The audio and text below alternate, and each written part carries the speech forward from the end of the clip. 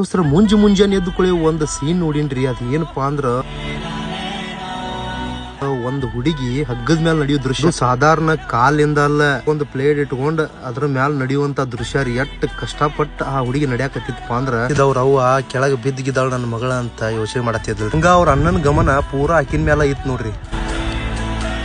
ಮಗಳು ಒಂದೊಂದ್ ಹೆಜ್ಜೆ ಮುಂದಿಟ್ಟಾಗ ಅವ್ರ ಅವ್ವನ ಉಸಿರ ನಿಂತಂತ ಆಗತ್ರಿ. ಹಂಗ ಅವ್ರ ಅಣ್ಣನ ಹೃದಯ ಅಲಗಾಡಿದಂಗ ಆಗತ್ರಿ.